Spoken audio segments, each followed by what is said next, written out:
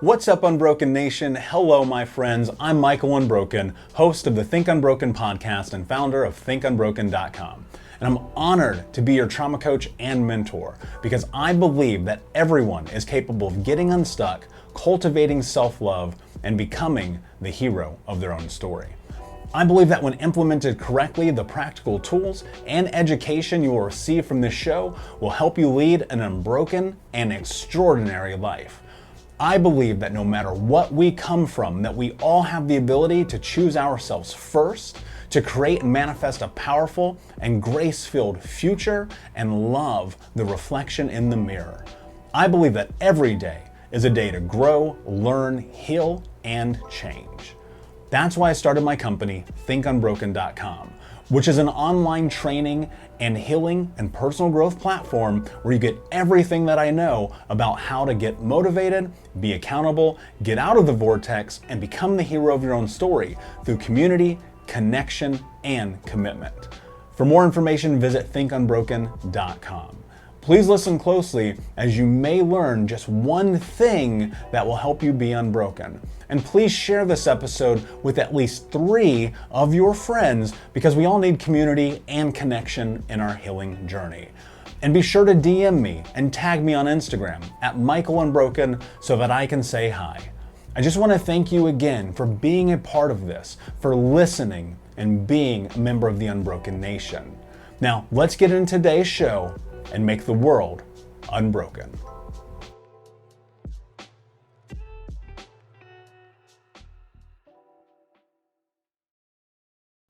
The interruption process. This is a battle that you will fight every day for the rest of your life. You have to fight it. You cannot give in. You fight that battle, and every day that you do so, you have won the battle of that day. Joe Rogan. The normal self-relational processes that you have experienced have been interrupted due to trauma. The way you talk, behave, and treat yourself are all predicated on a baseline of abuse. That baseline can and must be interrupted in order to fully recognize your future and full potential. I call this process interrupting the interruption. These are the 4 steps to interrupting the interruption. 1. Allow the thought to exist without judging it or yourself. 2. Do not validate the thought by agreeing with it. Instead, notice how it makes you feel. 3. Remind yourself that the thought was created out of fear. 4. Tell yourself the opposite of what the thought wants you to hear. I'm going to write a book called The 101 Worst and Best Things That I Have Told Myself. I have copyrighted the title, so don't steal it. Let me share some of them with you here. I am stupid. I am fat. I am a fucking loser. I don't deserve to be happy. I am alone because if my parents didn't love me, then how could anyone else? I am never going to be successful because everyone is better than me. I hate myself. I should kill myself since I am worthless anyway. I am exactly what everyone said I would be. I deserve to be dead. I don't like writing this shit, and I don't want it to exist in my body, mind, or spirit. You can probably relate to most, if not everything I wrote. Those are real things that I have said to myself, and I could easily come up with 90 more. I imagine you could too. But here is a sampling of the 101 best things I've told myself. I am intelligent. I am healthy and strong. I am capable of doing anything. I will find love and happiness because I deserve those things. I am surrounded by incredible people who love and support me. I will reach all of my goals and dreams. I love myself. I am worthy of existing. I define who I am, and I am my own measure for success. I deserve to live. I feel so much better about myself by writing those words. Here is what the 4 steps to interrupting the interruption look like in a real-life scenario. Step 1. I am sitting at my desk writing and start to think. No one is going to read your book because you are a shit writer who doesn't have the authority to lead and who is an imposter. I allow the thought to exist, but I don't give it any power by allowing it to control anything happening in my body or mind. This is easier said than done, but in time, you will be able to do the same thing with practice. Step 2. I know this isn't true, so I give the thought no validation. The worst thing that I could do is to confirm the thought and say, "You're right." There is no scenario where I would allow someone to say something like this to me. If I wouldn't allow another human being to talk to me in such a negative way, why would I tolerate it from myself? Step 3.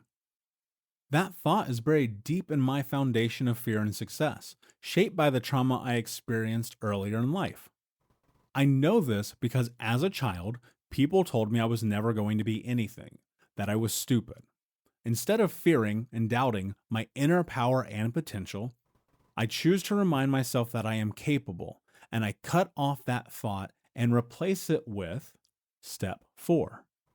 People will read my book because I am a strong writer who has a message to share.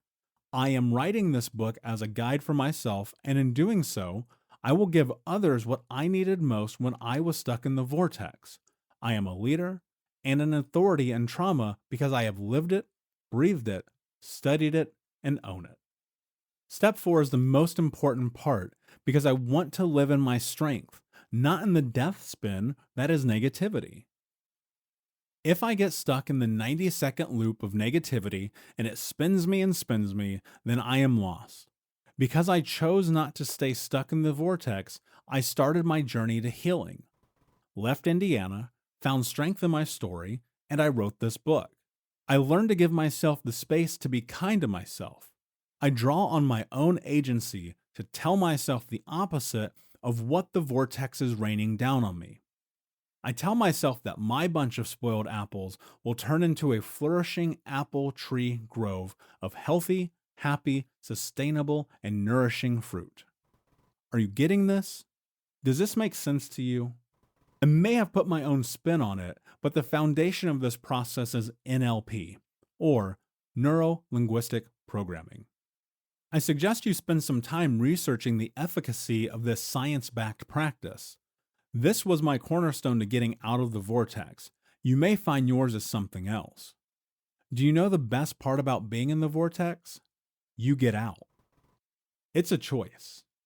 Chances are, if you are reading this right now, that no one is forcing you to. Understanding that you have full agency to have the life that you want is a choice. Choice means that you are capable of making decisions for yourself. Choice also means that you have to take ownership over your shit. You can adjust your mindset and create change. Getting out of the vortex starts with how you talk to yourself. It will take time to get to a place that you can be kind to yourself on a daily basis. If you are like me, then there were likely thousands of moments of hurt and pain leading up to this moment. To this day, I still have to interrupt the interruptions, and I may have to forever, but each time I do, I take broken bits and pieces of my power and my truth and put them back together. If you want to get out of the vortex, you have to make the choice to get out. Becoming unbroken, the interruption process. Creating a process of accepting kindness as the only acceptable form of communication with yourself comes through practice, habits, and understanding. Come back to this section the next time you have a negative thought about yourself and use the 4 steps to interrupting the interruption to reframe the story that you are telling yourself. Step 1. Allow the thought to exist without judging it or yourself. Step 2. Do not validate the thought by agreeing with it. Step 3. Remind yourself that the thought was created out of fear. Step 4. Tell yourself the opposite. Shame researcher Brené Brown came to my attention after her TED Talk called The Power of Vulnerability in 2011. A coworker sent me the video, and it made me feel so uncomfortable that I stopped watching less than halfway through. I hated the idea of being vulnerable. Even worse, I hated that other people could love themselves while being vulnerable. Years later, I watched this video again, and her words continue to resonate with me to this day.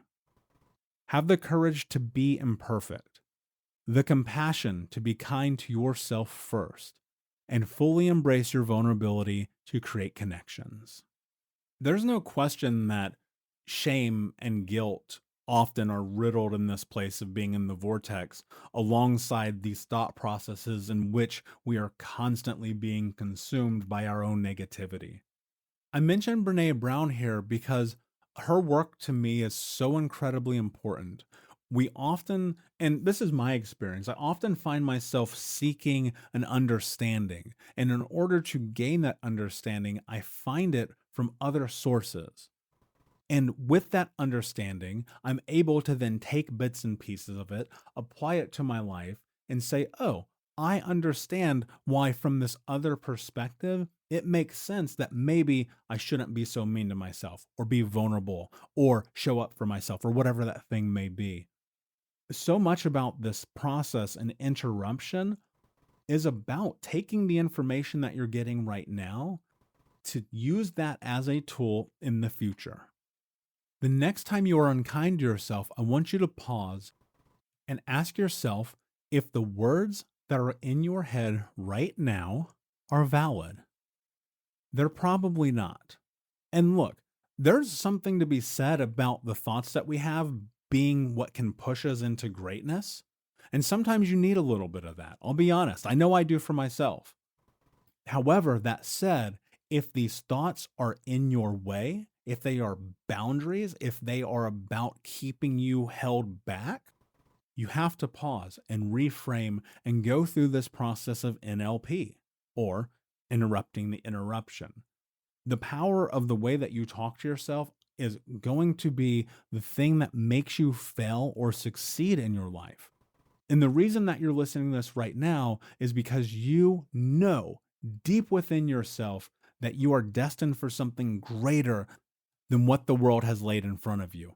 And because of that, I challenge you to be kind to yourself, be vulnerable with yourself, be compassionate with yourself, because it is through that that you are going to continue to become unbroken. Unbroken Nation, hope that you just got a tremendous amount of value from today's episode. I want to know what you think. Please do me a favor and review, rate, and share the episode with 3 friends on social media today. It would mean the world if you did, because ultimately at the end of the day, creating community and connection is how we heal generational trauma in the world. And I need your help to do that, Unbroken Nation. So if you're on iTunes or Spotify or wherever you are, please like, comment, share, review. I want to know not only what you like about the show, but how I can make the show better, how I can make this further about helping you on your healing journey. So do me a favor, and when you do, shoot me a screenshot of you making the review to my DM at Michael Unbroken on Instagram, so that I can have a conversation with you, say hi, and more importantly, so I can share it with the Unbroken Nation. Thank you so much, my friend.